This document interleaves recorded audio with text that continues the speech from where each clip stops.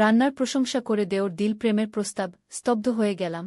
আমি ডায়েটিং করছিলাম, প্রতিদিন রান্না করার পর স্বামী কখনো প্রশংসা করেনি। দেওর ছুটিতে আমাদের বাসায় থাকতে এল। একদিন আমার রান্না করা স্যালাড খেয়ে সে এতটাই খুশি হল যে আমার রান্নার ছবি তুলে ইনস্টাগ্রামে পোস্ট করে দিল। সেদিন রাতে বারান্দায় বসে কফি খাওয়ার সময় সে হঠাৎ বলল, বুদি, ভাইজা তোমার মূল্য বোঝে না। আমি বুঝি, আমি তোমাকে ভালোবাসি। আমার স্ত্রী হও, আমি প্রতিজ্ঞা করছি, তোমার প্রতিটি গুণের প্রশংসা করব। আমার মন দুলে উঠল। স্বামী কখনো আমার রান্নার প্রশংসা করেনি, আর দেওর এভাবে সবার সামনে আমার রান্নার ছবি পোস্ট করে দিল। কিন্তু এখন তার এই কথা শুনে আমি স্তব্ধ হয়ে গেলাম। তুমি কি বলছ? আমি চোখ বড় করে জিজ্ঞাসা করলাম। এসব কি রকম কথা? বুদি, আমি সত্যি বলছি। দেওর আমার দিকে ঘুরে বসল। আমি দেখি কিভাবে তুমি এত যত্ন করে সবার জন্য রান্না করো, কিন্তু কেউ তোমার প্রশংসা করে না। তোমার রান্নার স্বাদ, তোমার যত্ন, তোমার প্রতিটি গুণ আমাকে মুগ্ধ করে। আমি কফির কাপে চুমুক দিলাম, সময় নিলাম। তুমি আমার দেওর, আমার স্বামীর ভাই। এসব কথা বলা তোমার উচিত নয়। আমি জানি এটা অনুচিত মনে হচ্ছে। দেওর কফির কাপ নামিয়ে রাখল। কিন্তু আমার হৃদয় যা বলে আমি তাই বলছি। আমি তোমাকে ভাইয়ের স্ত্রী হিসেবে নয়, আমার স্ত্রী হিসেবে দেখতে চাই। আমার হাত কাঁপতে লাগল। বারান্দার নিস্তব্ধতায় দেওরের এই কথাগুলো যেন আরও জোরে বাজতে লাগল আমার কানে। তুমি পাগল হয়ে গেছ। আমি উঠে দাঁড়ালাম। এসব কথা আর কখনো বলবে না। তুমি আমার দেওর, আর তাই থাকবে। বুদি, আমার অনুভূতি পাগলামি নয়। দেওর আমার হাত ধরে টানল। আমি তোমাকে সত্যিই ভালোবাসি। আমি তোমাকে স্ত্রী হিসেবে চাই। আমি প্রতিজ্ঞা করছি, তোমার প্রতিটি গুণের প্রশংসা করব, যা ভাইজা কখনো করেনি। এই গল্পটি সম্পূর্ণ শুনলে আপনাদের পানি অটোমেটিক বের হয়ে যাবে। যত দ্রুত সম্ভব হাতের কাছে টিস্যু নিয়ে বসে পড়ো। বিছানার চাদর যেন নষ্ট না হয় সেটা সম্পূর্ণ খেয়াল রাখার অনুরোধ জানিয়ে গল্পটি এখন শুরু করব। তার আগে সর্বশেষ অনুরোধ, দয়া করে এমন পানি বের করার গল্প নিয়মিত শুনতে আমাদের চ্যানেলটি সকলেই সাবস্ক্রাইব করুন। ধন্যবাদ। হ্যালো বন্ধুরা, আমার নাম মালতী দেবনাথ। আমার বয়স 40 বছর। আমার স্বামীর নাম সুমন্ত দেবনাথ, বয়স 45 বছর। আমাদের 2 সন্তান, অভিজিৎ আর মৌসুমী। অভিজিৎ 19 বছর বয়সী, কলেজে পড়ে। মৌসুমী 12 বছর বয়সী, স্কুলে যায়। আমি আমার স্বামীর সাথে কলকাতার একটি পুরনো বাড়িতে থাকি। বাড়িটা আমার শ্বশুরের বাবার আমলের। আমাদের পরিবারে আমরা 4 জন এবং আমার ননদ স্নেহলতা, যে মাঝে মাঝে আমাদের সাথে থাকে। ননদ বিবাহিত, কিন্তু তার স্বামীর সাথে সম্পর্ক ভালো না, তাই সে প্রায়ই আমাদের বাড়িতে আসে। আমার ননদ দেখতে অত্যন্ত সুন্দরী, একজন কলেজ অধ্যাপিকা। আমার স্বামী সুমন্তর ছোট ভাই নিখিল, যে দিল্লিতে থাকে, মাঝে মাঝে ছুটিতে আমাদের বাড়িতে বেড়াতে আসে। গতকাল সকালে আমি ডায়েটিং শুরু করেছিলাম, কারণ আমার ডাক্তার হেলথ চেকআপে বলেছিল যে আমার ওজন কমাতে হবে। আমি প্রতিদিন খুব যত্ন করে সবার জন্য রান্না করি, কিন্তু স্বামী কখনো আমার রান্নার প্রশংসা করে না। সুমন্ত সবসময় ব্যস্ত থাকে তার অফিসের কাজে, আমাদের বাচ্চাদের প্রতি খুব বেশি মনোযোগ দেয় না। গত সপ্তাহে নিখিল ছুটিতে আমাদের বাড়িতে বেড়াতে এসেছে। সে দিল্লিতে একটি বড় কোম্পানিতে চাকরি করে এবং প্রায় 6 মাস বাদে আমাদের বাড়িতে এসেছে। নিখিল বয়সে সুমন্তর চেয়ে 4 বছরের ছোট, বয়স 41। নিখিল এখনও অবিবাহিত, আকর্ষণীয় চেহারার অধিকারী এবং স্বভাবে বেশ বন্ধুত্বপূর্ণ। নিখিল আসার পর থেকেই আমার ডায়েটিং নিয়ে উৎসাহী ছিল।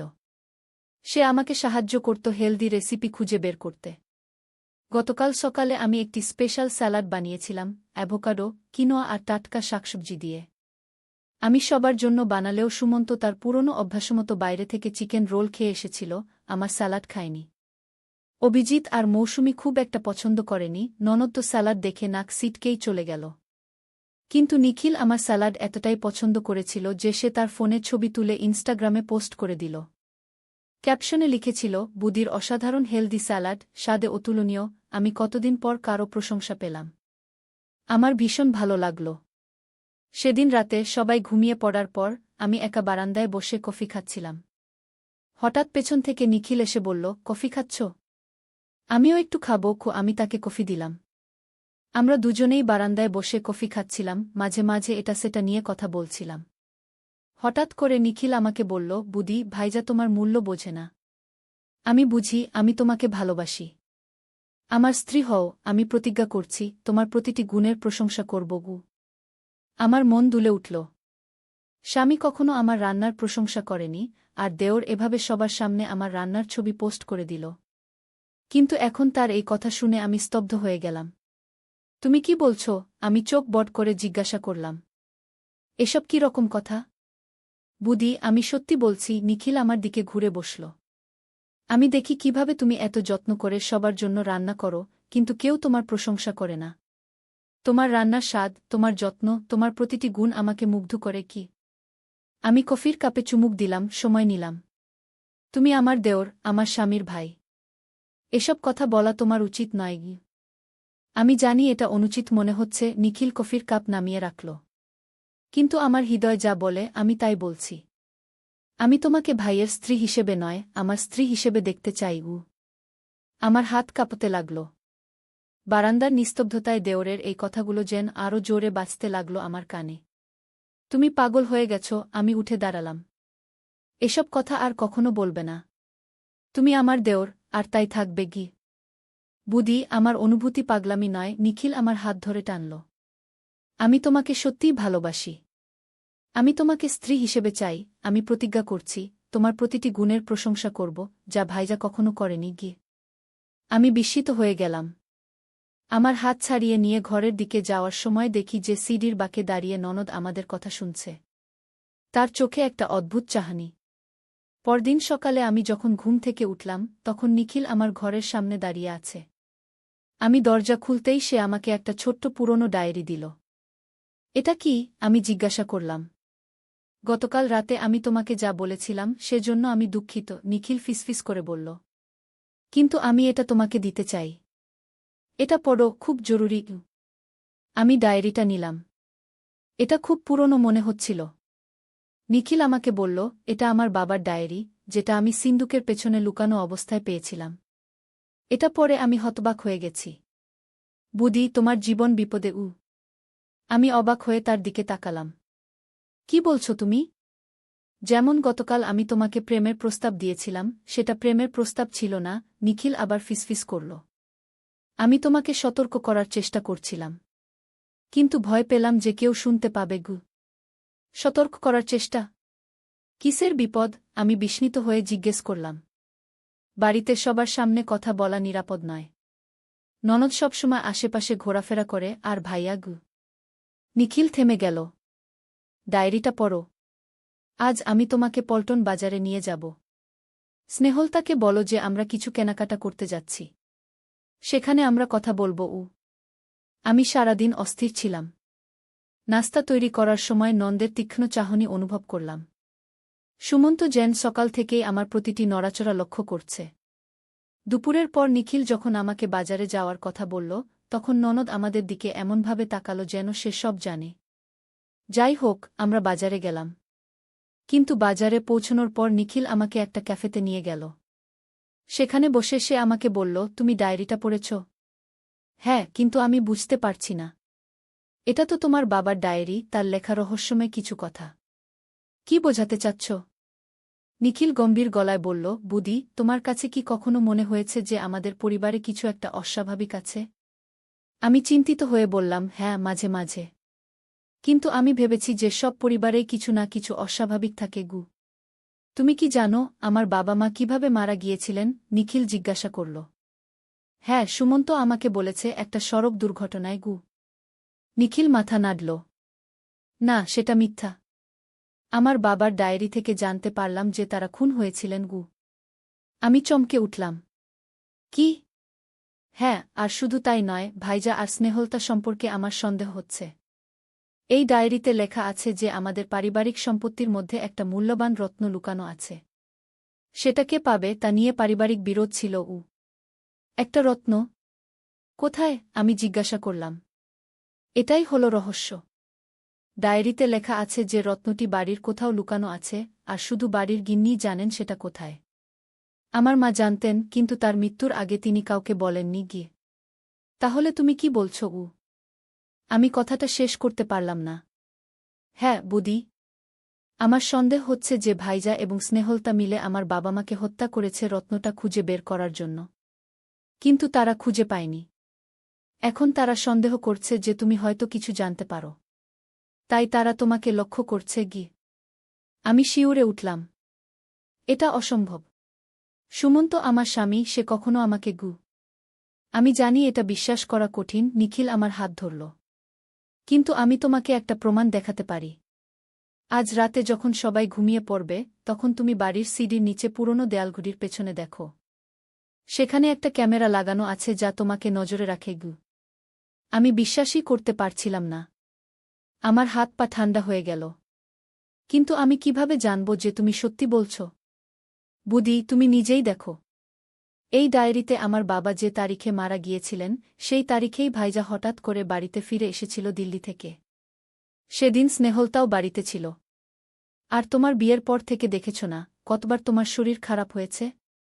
স্নেহলতা তোমাকে যে চা দেয় সেই চায়ে কিছু দেয়া আস্তে আস্তে তোমাকে দুর্বল করে দিচ্ছে। আমি স্মরণ করার চেষ্টা করলাম। সত্যিই তো, স্নেহলতা প্রায় আমাকে চা তৈরি করে দেয়, আর তারপর আমি অসুস্থ বোধ করি। আমি কখনো ভাবিনি যে এক রাতে আমি গুনগুন শব্দ শুনে জেগে উঠেছিলাম। নিখিল চাপা গলায় বলল, ভাইজা আর স্নেহলতা বাগানে একসাথে ছিল। তারা কোনো মন্ত্র পড়ছিল। আমি বিশ্বাস করি না, কিন্তু বাবার ডায়েরিতে লেখা আছে যে আমাদের পরিবারে কালো জাদুর ঐতিহ্য আছে। এসব কি বলছো তুমি? আমি বিপদের আশঙ্কায় কাঁপতে লাগলাম। বুদি, আমি জানি এটা বিশ্বাস করা কঠিন। কিন্তু আমরা সময় নষ্ট করতে পারি না। আজ রাতে তুমি স্নেহলতার ঘরে যাও। তার বিছানার নিচে একটা লাল বাক্স আছে।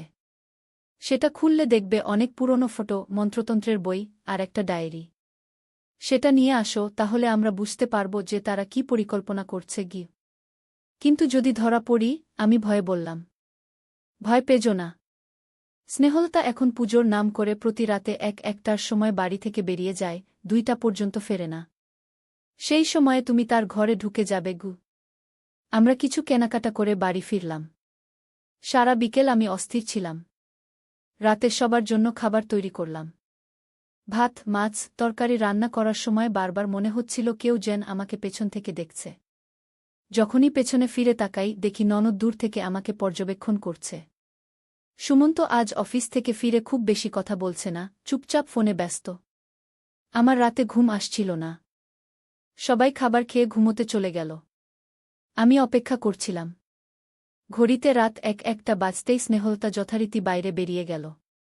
সুমন্ত আমার পাশে ঘুমাচ্ছে। আমি ধীরে ধীরে বিছানা থেকে উঠলাম, নিশ্চিত করলাম যে সে সত্যিই ঘুমাচ্ছে। আস্তে আস্তে স্নেহলতার ঘরের দিকে এগোলাম। দরজা আস্তে করে খুলে ভেতরে ঢুকলাম। টর্চ লাইট নিয়ে এসেছিলাম। বিছানার নিচে হাত দিতেই আমার হাতে লাগলো একটা বাক্স। টেনে বের করলাম। লাল রঙের বাক্স, ঠিক যেমনটা নিখিল বলেছিল। বাক্সটা খুলে দেখি অনেকগুলো পুরনো ফটো, একটা ডায়েরি, কালো কাপড়ে মোড়ানো কিছু জিনিস। এবং সবচেয়ে অবাক করা ব্যাপার, আমার কিছু ব্যক্তিগত জিনিস, আমার চুলের গোছা, নখ, এমনকি আমার রক্তে ভেজানো কাপড়ের টুকরোও রয়েছে। হঠাৎ দোতলার সিঁড়িতে পায়ের শব্দ পেলাম। কেউ আসছে। আমি দ্রুত বাক্সটা যথাস্থানে রাখলাম, ডায়েরিটা কাপড়ের ভাঁজে লুকিয়ে ফেললাম। কে ওখানে? নিখিলের গলা। আমি স্বস্তির নিঃশ্বাস ফেললাম। আমি ফিসফিসিয়ে বললাম। নিখিল ঘরে ঢুকল। পেয়েছ? আমি ডায়েরিটা তাকে দেখালাম। বাক্সে আরও অনেক কিছু আছে, আমার ব্যক্তিগত জিনিসও। ব্যক্তিগত জিনিস? ভালো হয়েছে বের করনি। চলো আমরা আগে ডায়েরিটা পড়ি। আমরা নিখিলের ঘরে গেলাম। ডায়েরিটা খুলতেই আমাদের চোখ কপালে উঠল। সেখানে বাংলা, সংস্কৃত আর আরবি ভাষা মিক্স করে কিছু লেখা ছিল। কিছু পাতায় অদ্ভুত চিহ্ন আঁকা, পাশে তারিখ লেখা। আরও দেখি অনেকগুলো ফটোকপি করা বিবাহের সার্টিফিকেট, প্রতিটিতে স্নেহলতার নাম, কিন্তু আলাদা আলাদা পাত্রের নাম। তারপর সেই সব লোকের মৃত্যু সার্টিফিকেট। ওহ মাই গড, আমি আতকে উঠলাম।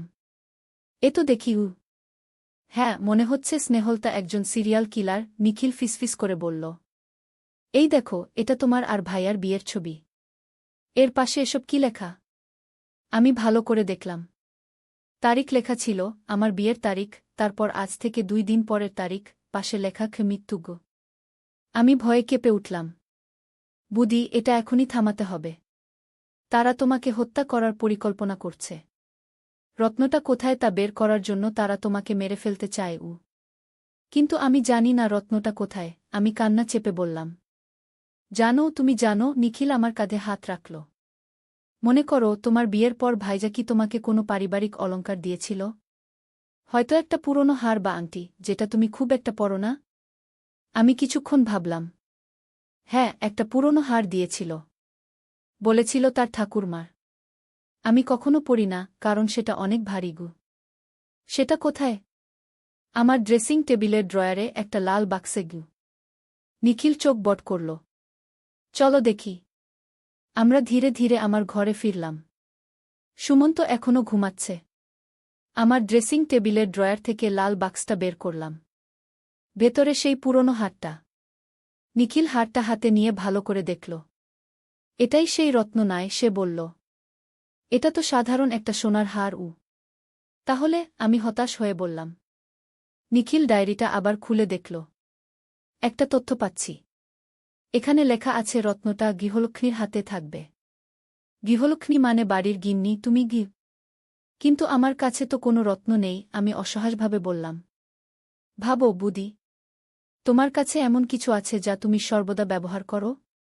যেটা সবসময় তোমার কাছে থাকে? আমি ভাবতে লাগলাম। হঠাৎ আমার নজর গেল আমার হাতের চুড়িটার দিকে। আমার মা আমাকে এটা দিয়েছিলেন বিয়ের সময়। বলেছিলেন এটা আমাদের পরিবারের বহু পুরনো সম্পদ। সুমন্ত একবার এটা দেখে খুব আগ্রহী হয়েছিল, কিন্তু আমি এটা কখনো খুলিনি। এটা, আমি চুড়িটা দেখালাম। নিখিল চুড়িটা দেখে চমকে উঠল। বুদি, এটা খুলে দেখবে? আমি চুড়িটা খুললাম। ভেতরে একটা ক্লিপ ছিল। টেনে খুলতেই দেখি ভেতর থেকে বেরিয়ে এলো একটা ছোট্ট লাল রত্ন। এটাই সেই রত্ন, নিখিল চোখ বড় করে বলল। হঠাৎ দরজায় শব্দ হল। আমরা চমকে দেখি সুমন্ত আর স্নেহলতা দরজায় দাঁড়িয়ে আছে। ভাবছিলাম আর কতদিন লাগবে তোমাদের খুঁজে বের করতে, সুমন্ত ঠান্ডা গলায় বলল। ভাইজাগ। নিখিল উঠে দাঁড়াল। থামো নিখিল, তোমার অভিনয় শেষ করো। বুদি, তুমি বোকা আছো। নিখিলকে জানো? ও আমার ভাই নয়। আমি তাকিয়ে রইলাম। কিছু বুঝতে পারছিলাম না। ওকে দেখো ভালো করে, স্নেহলতা শয়তানি হাসি দিয়ে বলল। দেখো ওর চোখ কিভাবে জ্বলছে। নিখিলের নিজের বাবা মা নেই, তোমার শ্বশুর শাশুড়ি ওকে দত্তক নিয়েছিলেন। ও আসলে একজন কালো জাদুকর। আমি অবাক হয়ে নিখিলের দিকে তাকালাম। তার চোখ সত্যিই ভয়ঙ্করভাবে জ্বলছিল। এই রত্নটা 1000 বছরের পুরনো, এতে অসীম শক্তি আছে, সুমন্ত বলল। নিখিল এটা চায় তার শক্তি বাড়াতে। আর আমরা চাই এটা ধ্বংস করতে। এই রত্নের কারণে আমাদের পরিবারে কত অশান্তি হয়েছে কিন্তু আমার মা আমি কাপা গলায় বললাম। হ্যাঁ, তোমার মা জানতেন এই রত্নের কথা। তিনি এটা তোমাকে দিয়েছিলেন কারণ তিনি চাইতেন তুমি এটা নিরাপদে রাখো। কিন্তু তোমাকে সত্যিটা বলেননি আর এখন সময় এসেছে এই রত্ন ধ্বংস করার, স্নেহলতা বলল। আর নিখিলকে রোখার নিখিল হাসতে লাগল। এবার তার হাসিটা অন্যরকম শোনাচ্ছিল, যেন একটা পিশাচের হাসি। তোমরা আমাকে রোকতে পারবে না, সে গর্জে উঠল। আমি অনেক বছর ধরে অপেক্ষা করছি। অনেক বছর ধরে এই পরিবারে ঢুকে আছি, অপেক্ষা করছি কখন এই রত্ন আবার ফিরে আসবে হঠাৎ ঘরের আলো নিভে গেল।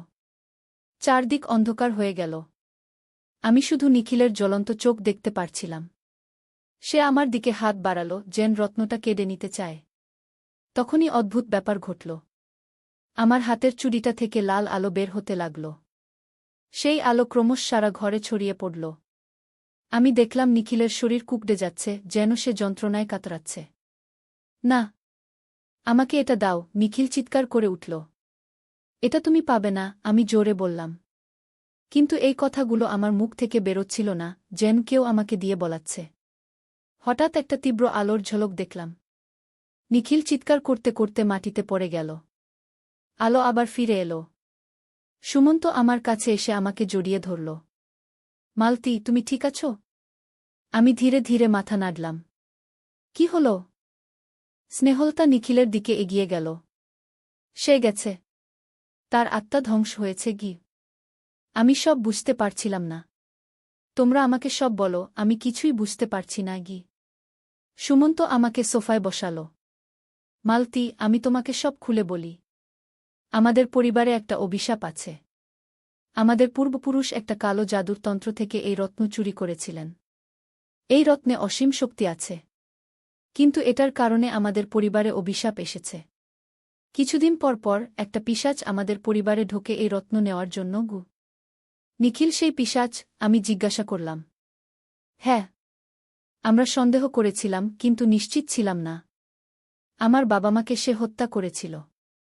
তারপর চাইছিল তোমাকেও হত্যা করতে। কিন্তু সে আমাকে সতর্ক করেছিল, ডায়েরিটা দিয়েছিল। সেটা তার চাল ছিল, স্নেহলতা বলল। সে চাইছিল তোমার বিশ্বাস অর্জন করতে, যাতে তুমি তাকে রত্নটা দেখাও। আমি অবাক হয়ে বললাম, তাহলে তুমি সিরিয়াল কিলার নও? সেই ডায়েরিতে সব ফটো? স্নেহলতা হাসল। না, আমি একজন গবেষক। আমি অতীতের সব ঘটনা লিপিবদ্ধ করছিলাম, যেখানে এই পিশাচ আমাদের পরিবারে ঢুকেছিল। প্রতিবার একই ঘটনা। একজন বাইরের লোক পরিবারে ঢোকে, বিশ্বাস অর্জন করে, তারপর রত্নটা খুঁজে বের করার চেষ্টা করে। কিন্তু এখন? আমি জিজ্ঞাসা করলাম। এখন এই রত্ন আমাদের ধ্বংস করতে হবে, সুমন্ত বলল। এটা একমাত্র উপায় আমাদের পরিবারকে এই অভিশাপ থেকে মুক্ত করার। আমি রত্নটা হাতে তুলে নিলাম। এটা এখনও লাল আলো ছড়াচ্ছিল। আমি ভাবলাম, কিভাবে একটা ছোট্ট রত্ন এত সমস্যা সৃষ্টি করতে পারে। 3 দিন পর পূর্ণিমার রাতে আমরা গঙ্গার ঘাটে গেলাম। সেখানে বিশেষ একটি মন্ত্র উচ্চারণ করে রত্নটাকে গঙ্গায় বিসর্জন দিলাম। সেই মুহূর্তে আমি অনুভব করলাম যেন আমার শরীর থেকে একটা ভারী বোঝা নেমে গেল। বাড়ি ফিরে আসার পর আমাদের জীবন ধীরে ধীরে স্বাভাবিক হতে শুরু করল। সুমন্ত আমার প্রতি আরও মনোযোগী হল। স্নেহলতা নিজের স্বামীর সাথে আবার সম্পর্ক ভালো করে নিল। 6 মাস পর একদিন সকালে আমি সুমন্তর জন্য নাস্তা তৈরি করছিলাম। সে আমার পেছনে এসে আমাকে জড়িয়ে ধরল। কি রান্না করছ? তোমার প্রিয় আলুর পরোটা। আমি হাসলাম। সুমন্ত আমার গালে চুমু দিয়ে বলল, তোমার রান্না পৃথিবীর সেরা। আমি হাসলাম। কতদিন পর স্বামীর মুখে এমন প্রশংসা শুনলাম। কিন্তু একটা জিনিস আমি কাউকে বলিনি।